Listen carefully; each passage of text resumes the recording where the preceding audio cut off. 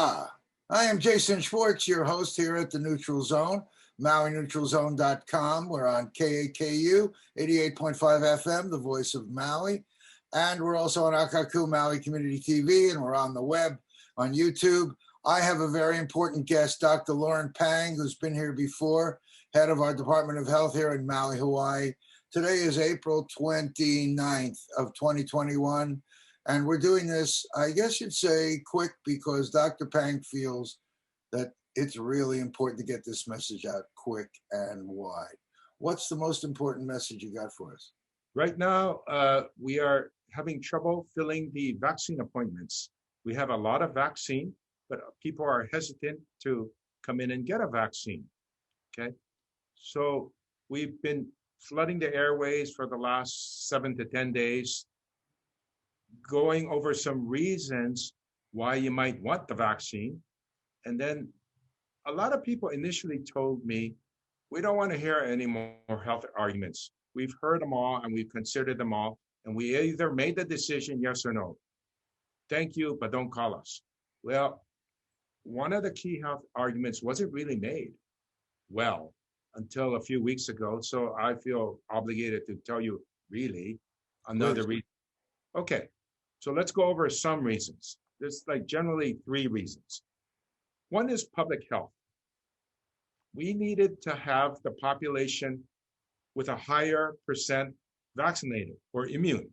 You either got the disease and you're immune or you got vaccinated. In Hawaii, we didn't have that much disease compared to other places. So we're going to try to get immune by getting the vaccine. So long ago, because COVID is so transmissible, easy to spread, we said, it was actually started with Angela Merkel in Germany. She said, I think 70% of the population needs to be immune, natural infection or vaccinated, for the thing to stop spreading, stop increasing, stop having an outbreak, 70%. Initially, the Americans said 66%, but Angela Merkel from Germany said 70%. Well, that number has been modified to about 85% or higher. Why is that? Because we have variants of the virus. There's all kinds of variants, and some variants are more transmissible. Some are more transmissible and can make you sicker, and some, maybe all 3, more transmissible, make you sicker, and can dodge the immunity conferred by a previous infection, normal COVID, or maybe a vaccine prepared against normal COVID. So that one is the South African. But let's just take the first one. Some are more transmissible. Yup, some of the variants are. And Maui right now, we have like 85% of our COVID on Maui is a California variant. That's about 25% more transmissible than the old COVID, okay? 25%. Then we have the UK variant coming in from England or something. That's here in Hawaii. We are watching it to see if it spreads. That is, I would say, 55% more transmissible than the normal COVID. Remember, the California was 25. This one's 55, okay? Then we have the Brazilian variant, recently identified outside of Brazil and spreading very quickly. And it was actually identified in Japan. A lot of second, third generation, fourth generation Japanese are in Brazil, and they have dual citizenship, Japan and Brazil. So they go back to Japan because the economy of Brazil was suffering. And then they brought in the variant identified in Japan. So they call it the Brazilian variant, P1. Watch P1. It has spread very quickly in the last 8 weeks, but just exploding into Canada, specifically British Columbia, specifically Whistler, the international ski set. When you go skiing, the gondola, the after skiing parties, the enclosed, closed environment, it's kind of like a cruise ship here. And the international ski set are taking it into, like they did to Europe, into Canada. Now, so when you watch the P1 Brazilian variant explode in Canada, It's astounding. And it's also spread into Ottawa and Winnipeg and all that. That is not 25% more transmissible than COVID, not 55% more transmissible. It's 250 or 250% more transmissible than normal COVID. And the Canadians are seeing it now. So we are getting visitors from Canada, yeah, British Columbians, all of Canada, because they like to come to Hawaii and Maui. And of course, we have Brazilians. Go ahead. We've been all these testing programs. Test before, test when you get here. What's that doing? Isn't that? We don't have great testing of travelers. They get a pre-travel test. If they're positive, they're blocked from coming in. They have to have a negative. But a lot of them come in and opt for 14-day quarantine. I'm not going to do any tests. Some of them come in, they're supposed to have a negative test, but enough come in so that they're pending. And when they get here, oh my goodness, it's positive. Then a pre-travel test tests you one time before coming in, but you could be incubating and carrying it and not have high enough levels to trigger the pre-travel test. We studied this, and we feel for every 1,000 people coming in with a negative pre-travel test, one test before coming in, most of them get the test on day 3, so the result can be ready by the time they travel. Well, heck, they could get inoculated on the day of the test or any day after before coming in and be incubated. We feel that for every 1,000 coming in with a negative pre-travel test, there's 7 positives that are coming in, okay? Are you seeing that come out in the numbers as we're hearing new cases? When I see Lahaina, I'm figuring, yeah, no? Yeah, the cases, we didn't do a big study, but the cases that we looked, the travelers are in South Maui and West Maui, Lahaina and South Maui. But anyway, because of the variant, you better up your game. You better increase the vaccine coverage to 85%. Okay. Now, how are we going to do that? Well, the kids aren't ready for a vaccine yet. So that's automatically, you're not going to get, I don't know what percent of Maui's kids, let's say 13% or whatever. Well, you're not there yet. You can't get there until they release the kids' vaccine. A lot of people already took a statement, I'm never going to get a vaccine. Fine. The vaccine itself is not 100% effective, it's 95%. So if you vaccinate everybody, 5% still susceptible, and you're chiseling down your way to 85%. So that's the public health argument. Then a lot of people said, I don't care about the public health argument. Okay, that's a public health. I'm me, and I don't want to get a vaccine. Well, here's another reason why you might want to get a vaccine now that we have plenty of vaccine. It becomes an issue of convenience. Pretty soon, well, not soon, but they are offering, instead of testing, kind of a nuisance to test into Ireland, very soon you will be able to prove that you had a vaccine, at least interstate travel. That's good. Not only is it convenient, but you're not positive because you have a vaccine. So it fulfills both the public health argument as well as convenience. And then another good reason for convenience, if there's a case who exposes a bunch of people, like we got these outbreaks going on now in Maui, if you are vaccinated and can prove it in Hawaii, you don't have to go for 14 days or 10 days quarantine. That's a big deal to contact all the people exposed and said, hey, no work. Oh, but I gotta work. My boss said I gotta work. Hey, no going out. Hey, who's gonna deliver your food? And then you yourself spread it to your household. If you've been vaccinated, it gets you out of that. Now, there are some caveats. If you're sick and got vaccinated, oops, I think I better quarantine or check you, because it's not 100% effective. If you are working at a high risk area, like a nursing home, and you got exposed, but you've been vaccinated, I'll take that on a case-by-case basis. But for the most part, it exempts you from a lot of people. And another convenience, you saw the CDC went and released, right? If we've all been vaccinated and we're in an enclosed facility, Nobody has to wear a mask. How convenient. But if some of us haven't been vaccinated and we're enclosed, do I have to wear a mask? I've been vaccinated. Well, you don't. If you can take the whole thing outdoors, hey. So if outdoors, some have been vaccinated and some haven't, then the guys who have been vaccinated don't have to wear a mask. But that, again, but what you just said is, in a social environment, if some people aren't vaccinated, responsible action is wear a mask, stay distant until this thing is over. No? Correct. But if you can't figure that out, wear a mask. But if, like me, I've been vaccinated, I can go to another bunch of vaccinated people, like my office, and not wear a mask. But if there's an unvaccinated person amongst us, well, first of all, should I have to wear a mask? I've been vaccinated. They say, take it outside, just on the balcony. Can I talk to that guy outside? He wears his mask because he's not vaccinated, but I don't because I've been vaccinated and we're outside.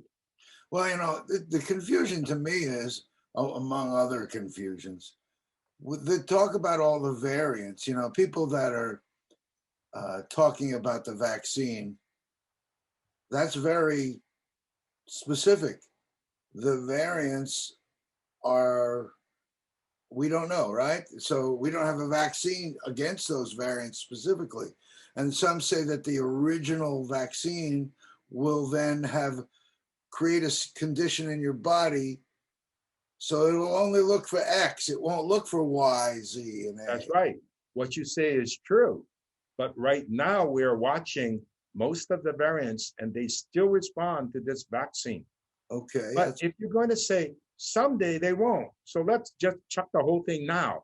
That's like saying, hey, every year we get a new flu vaccine and we got to change it every year. So I'm not going to use the one for this year. What? Okay, good point. I mean, it's a timely thing. It's a legitimate argument, but we can use the vaccine now so we don't generate more variants. The more disease you have, for whatever reason, the more variants you create. Every time the virus replicates, there's a chance for variation. Wow.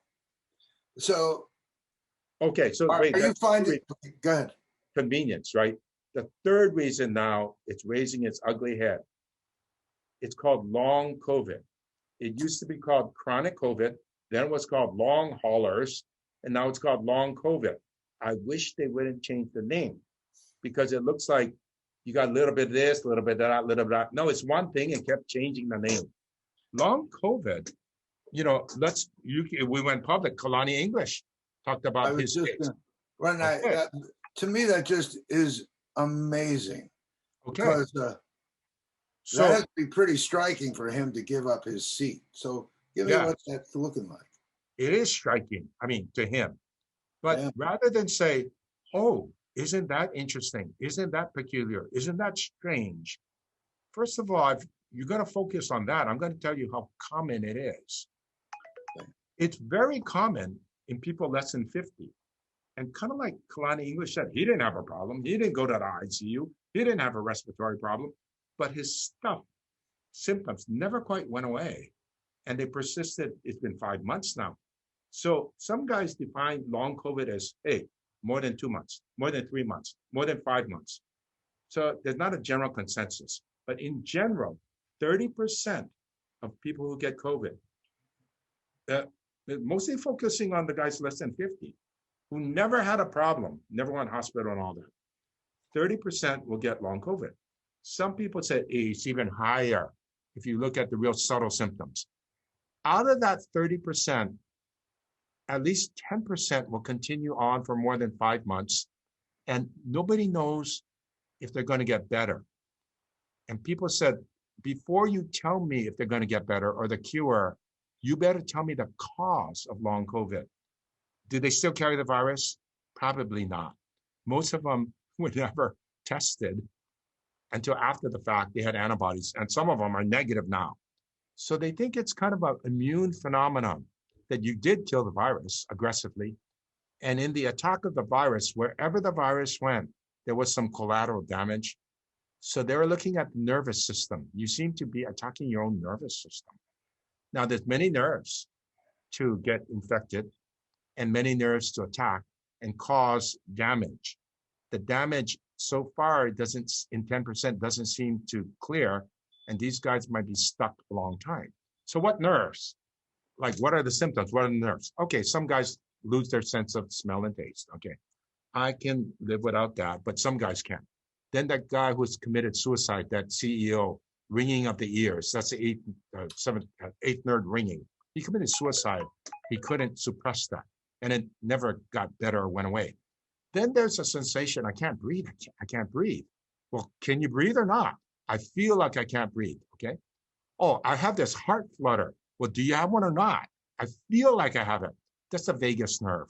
And the intestinal upset, that's the 10th nerve. Or, do I have that right? 10th nerve, vagus nerve. So that is that. Then there's the nerves that wake you up, brainstem, right? You're forever, tired, weak. You can't focus. You get sleep disturbances. Then there's the general brain, cognitive thinking. That's what Kalani English complained about. I don't have a problem. He said it publicly. I just can't do things mentally that I used to. Like what? Well, objectively, he couldn't put stuff in alphabetical order, do his files. But that's objectively. If he could do stuff in alphabetical order, and I talked to him, I know him, I could say, Kalani, you're just different. I can't put my finger on it. I don't know about judgment. That's very subtle. But what's objective is I can't alphabetize like I used to. Fine. But it's kind of like a person who gets drunk and said, I can drive. No, you can't. I know I can drive. You don't expect people, it's with COVID, long COVID, brain fog, to self-diagnose that I'm okay. Or here's the things I can do. Here's the thing I can't. No, you can't do that. And you can't have 10% of our population with brain fog not knowing how bad they are, other than my only deficit is I can't alphabetize.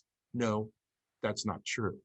So a lot of these long COVID, they're hoping to get better. I don't know if they'll get better. We don't know the cause. We certainly don't know the cure.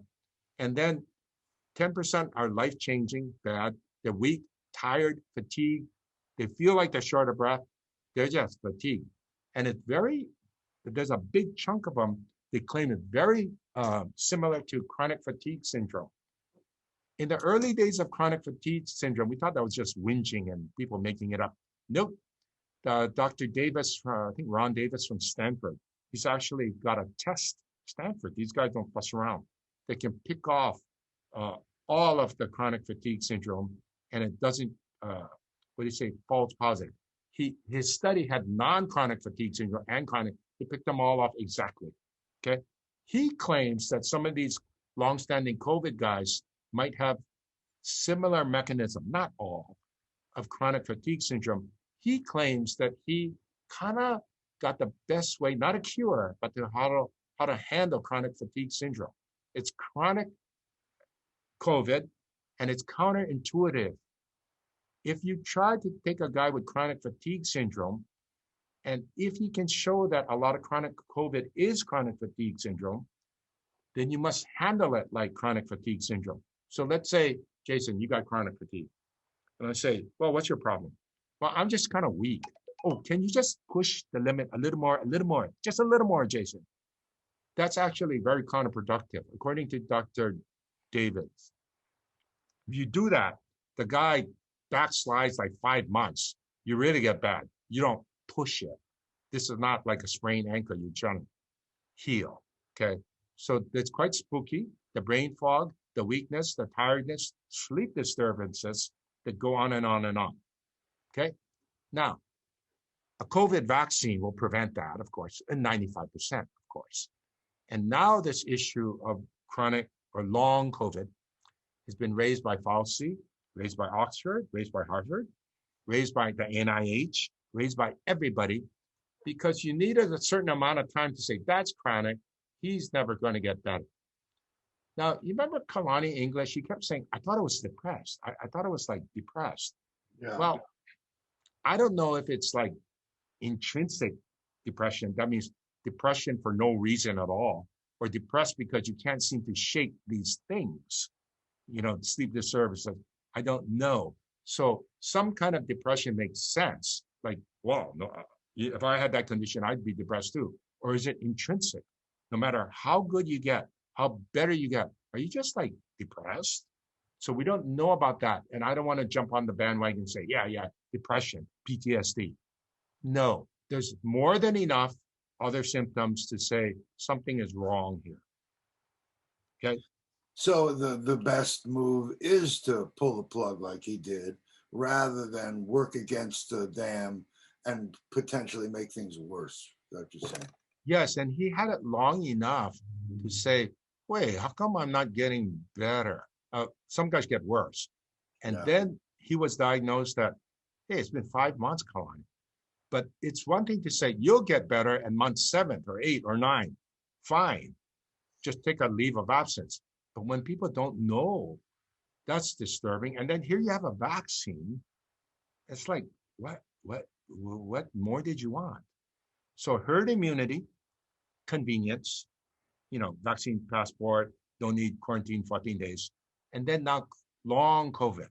So you remember it was called chronic COVID, then long haulers, and then long COVID. Don't think, and if each one is describing 10%, don't think, oh, that's only 10%. It's the same syndrome. So it's all, add them up here.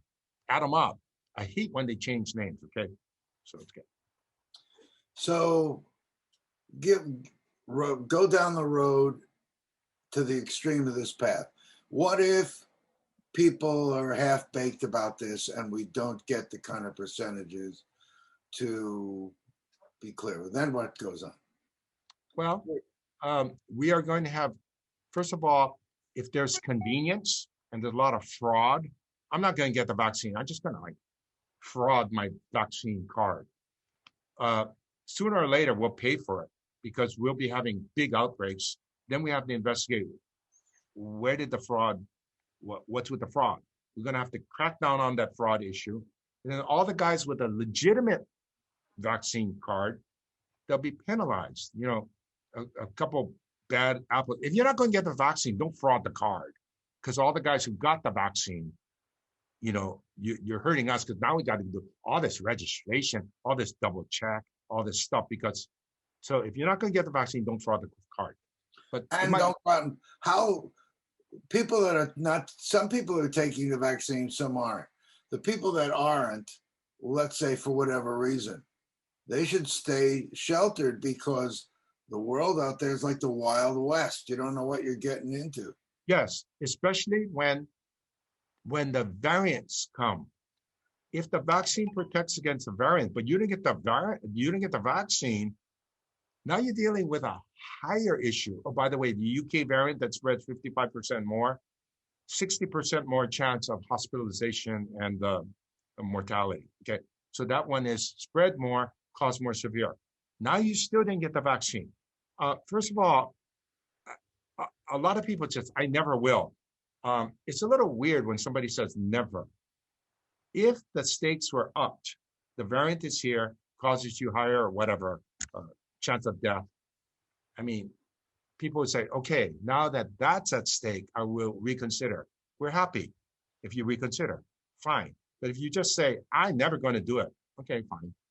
Then you may never, you might really be the cause of a whole bad outbreak because the variant spreads more and with more severe disease. Wow. What about this India thing that's going on? That's another variant. That's gigantic. What's that going to mean? That's monstrous. I will guess, because I looked at their outbreak curves and they controlled it pretty well, and they thought for some odd reason they controlled it. I will guess that's a variant or multiple variants. Either triple variant on one virus type or multiple variants at once. There's so many variants, we kind of stopped naming them. They call it the Indian variants. Okay, and they claim that there's 100 of them already in the UK, spread to the UK. But what do you just kind of call it? Is it like one thing or not? It doesn't matter. There's 400, even before the Indian and Brazilian variants, there's like 400 variants, and they named 5 of them of public health importance. Well, don't you think the others could be public health? They just didn't show yet. because they varied later, they're off to a slower start. They started later, but they can really outpace you. It's like you racing against Usain Bolt. He started later, but once he started, wow. Okay. So, you can name the variants all you want, but there's no question. When there's big amounts of virus growing, there's going to be lots of variant, and the one that can dominate wins. So that's why Maui is 85% California variant. If you get introduced the Brazilian variant, well, that's going to win. That's more dominant. And I don't know if your vaccine can catch it. The vaccine, it might not be all or none. It might, the efficacy might whittle down, but that's not an excuse. Oh, that's why I don't want the vaccine because, I have to get a new one every year. Or because it might someday be no good. That's kind of a weird excuse. It's good now, get it now. Shut down the spread, at least in Hawaii, so we don't generate variants. Okay, but, it's like, so that's what we're kind of up against. And I've actually known a lot of people at the beginning said, I will never get a vaccine. Then she said, oh, I'm going to get the vaccine. She came to the pod. And I said, well, just tell me what changed, just so I can tell the others. She goes, well, I see what it's doing.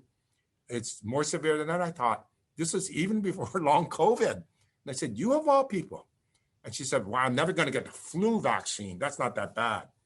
Okay, so I said, well, wait, do you get the tetanus vaccine? Oh, yeah, I get that. I don't want tetanus. And that's been given. Then she says, now I say COVID. Fine, you don't want some vaccines, you want this one. How about we don't say, I don't want any vaccine. How about we say on a case-by-case basis? I mean, everything is on a case-by-case basis, right? Not all vaccines are the same, except they begin with the letter V. But come on, guys. Like, I'm against all drugs in general. But on a case-by-case basis, Jason, you really need this drug. No, I get it. It's this one. Okay. So that's how we got to do this. So here we are where maybe you have a lot of faith in people. I'm not sure how you feel, but wait. Amongst the docs, we call each other quite often, and we we sympathize. We it's not even a collaborate. We just call each other and say, how are you doing? And it doesn't mean, are you stressed out? That issue is actually, do you have the death wish? Do you have the scorched earth wish? So it's like, I keep telling people, and they keep like, whatever, not doing it. So what is your variation of the death wish here? When they get into trouble, do you say, see, I told you so? Or did you actually wish them to get in trouble? To say, see, I told you so? Or did you want to get into a little bit of trouble so we can have a teaching moment? Hey, can you stop doing that now? Can you stop having these big meetings? So every doc, I mean, come on, you got to admit, they might not have a death wish or a scorched earth idea, but they told you stop gathering. And then they always start off, regrettably, some people gathered, and now we have these outbreaks. Is that not like validation? Like, see, I told you so. Did you want them to kind of have it? So all the docs are saying, no, I'm never going to admit I felt that way. Did you feel it's a gray zone, right? Are you going to use it as a teaching moment? See, we told you so don't do that again. And you know what I'm saying? It's all a continuum, right? Now, I talked to another doc who kind of understands this. She goes, now, like they're a pediatrician, right? When Johnny doesn't put his slippers on and he steps on a tack, they said, hey, Johnny, see, I told you so. That's kind of like, well, he stepped on glass. He kind of hoped it wasn't like that, but having stepped on the glass, I told you so. Now, Johnny just stepped on the glass. You tell Johnny, don't go into the street, and he gets street and run over and dies. That ain't no learning, teaching moment. So how can you possibly think I wanted that, Dr. Pang? And then this other doc goes, hey, wait. we learn from Johnny's death, and that's a teaching moment for the others. A drug overdose. The guy died. Well, you don't want him to die, but is it a teaching moment for others? Damn right it is. So, I mean, the docs have, all healthcare workers, nurses, everybody have finally come to admit this, that in your need for a teaching moment, did you want this to happen? And now that it happened, did you want it publicized? I never wanted it to happen, but I would take advantage of it happening to be like, okay, I get it. Who's going to say I wanted it to happen? But now that it happened, good, I'll use it as a teaching moment. Well, I'm sorry, I didn't mean good. Bad, I'll use it as a teaching moment. We all have this feeling. We all raised children or raised a sibling or somebody like, I told you not to do this. You see what happens, okay? And when bad stuff happens, we still can learn from it, right? Like, did you see what happened to my neighbor here? Don't do your own electrical wiring, Jason. You get it, right? So there's a lot of emotional stress amongst healthcare workers. A lot of them are leaving the field. Wow. Because you didn't want to admit what happens when bad things happen to, I mean, a lot of people said, oh God, the guy got cancer. I can't deal with the stress of people dying. I know, but whose fault was it? I mean, it's not like you see, well, except for the smoking. So we often bring up smoking. You know, if you're on your deathbed because of cancer and you keep smoking, okay, I'm still your doctor, but can I tell other patients about what happened to you? You kept smoking and you still smoke, right? So I think there's been a lot of soul searching in the health community, and we are kind of getting burned out on multiple ways. Like, you know. Wow. So, you know, I don't like to, but I keep seeing the worst case scenario keep playing out. And Yeah. I don't know where to go from here. How is tourism going to be affected as this new? Hey, check this out, Jason, though. On the positive note, besides all the guys not doing anything, these guys in your face, there's a lot of guys doing the right thing, man. I mean, but I don't have time to them. I got to take care of this fire. If all you do is taking care of little fires, you never see all the good things that happen. All you see is fire in front of your face. So here is something good. Here is something good. You know, it's the visitors when they come in. Some of them don't get. Some of them come in positive because they were incubating. Some of them are just positive, but they came in on a positive safe travel test. And so I said, hey, you're positive. You weren't supposed to come in. You knew you were positive. Guy goes, yeah, but I'm here. Now what? You got to stay here 10 days, but I'm going back in 5 days. Nope, you're positive. Your fault. They said, okay, but all the ones traveling with you, how many guys with you? 8. They got the safe travel pass, but now they're exposed. They got to stay here 14 days. And so now there's a fight. Hey, you exposed me, man. You were positive. I got to stay here 14 days. Yep, at your expense. And you told your boss you'd be back in 5 days. Worse, who sat next to you on the plane? Here's this guy. He didn't even know what's going on. Your kid is exposed. He stays here 14 days. He was really exposed. So the father goes, and what? All I got to say was your kid. I didn't know that he was going to stand next to this guy. So this father was furious as heck.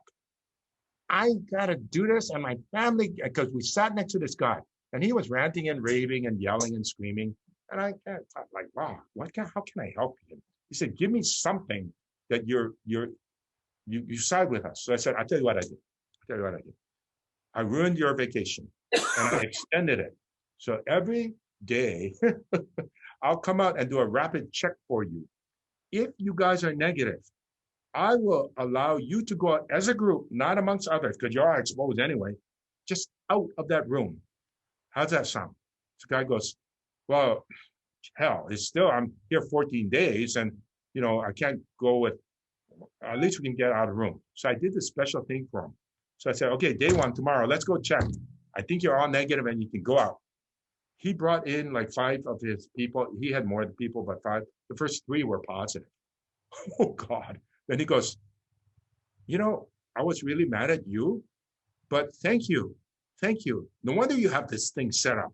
It sounds really mean, but you diagnosed my own family as being positive. Yeah, he got it from the airplane guy who knew he was positive, exposing my kid. And my kid has spent it amongst us. Yes, but thank you. Thank you.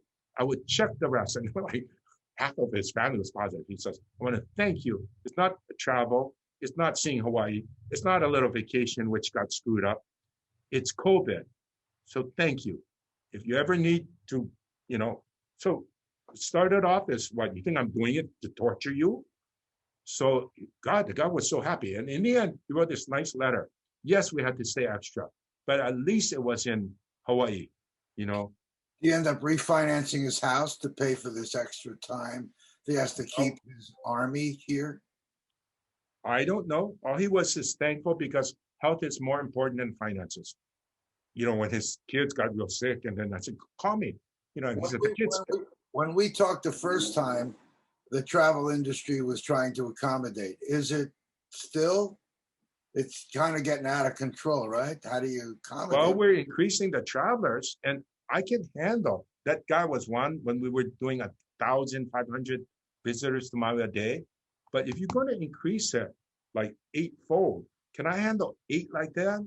And some of them are going to be negative. They're exposed, but negative because we're cautious.